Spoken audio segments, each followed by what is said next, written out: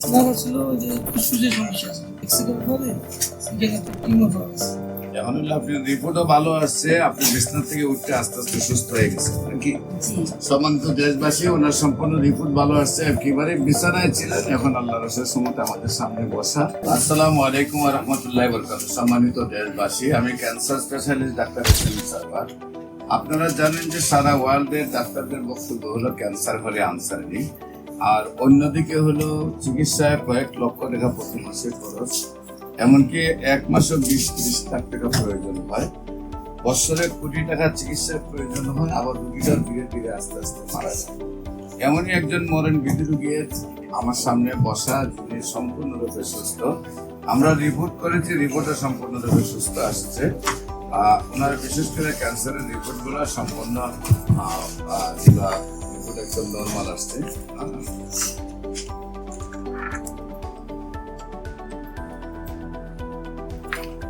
আপনাদের সাথে পরিচয় করে দিচ্ছি। সেই রোগীর নাম কি আপনার? রহিমা আক্তার। আপনার গ্রাম? ফেনী। আপনার স্বামীর নাম কি? লিয়াকত আলী। আপনার উনি কি হন?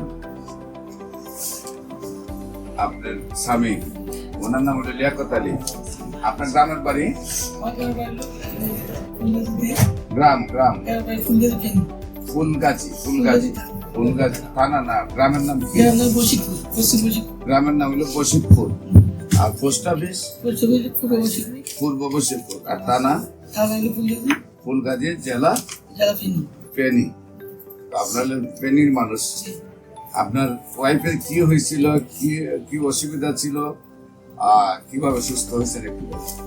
আমার ছিল যে ফুসফুসের সমস্যা আছে, আমার এক্সিডেন্ট পরে সেখানে টিউমার পাওয়া গেছে। ওই টিউমার থেকে ব্যথা হয়েছে, ব্যথা হওয়ার পরে ওই জায়গায় ডাক্তারে সিটি স্ক্যান করেছে, বায়োপসি করেছে, ওটার ভিতরে ক্যান্সার ধরা পড়েছে। তারপরে শারীরিক অবস্থা কি এমনই ছিল? শারীরিক অবস্থা এরকম না, ওই সময় তো ব্যথা আসলে। আপনি তো আস্তে আস্তে অসুস্থ হইতে হইতে বিছানায় পড়ে গেছিলেন। 3 মাস পরে ওষুধ খাওয়া আপনি একবারে বিছানা থেকে উঠতে পারতেন না। এখন হলো আপনি রিপোর্টও ভালো আসছে, আপনি বিছানা থেকে উঠতে আস্তে আস্তে সুস্থ হয়ে গেছেন নাকি? সম্মানিত দেশবাসী, ওনার সম্পূর্ণ রিপোর্ট ভালো আসছে, একেবারে বিছানায় ছিলেন, এখন আল্লাহর রসের সমতে আমাদের সামনে বসা।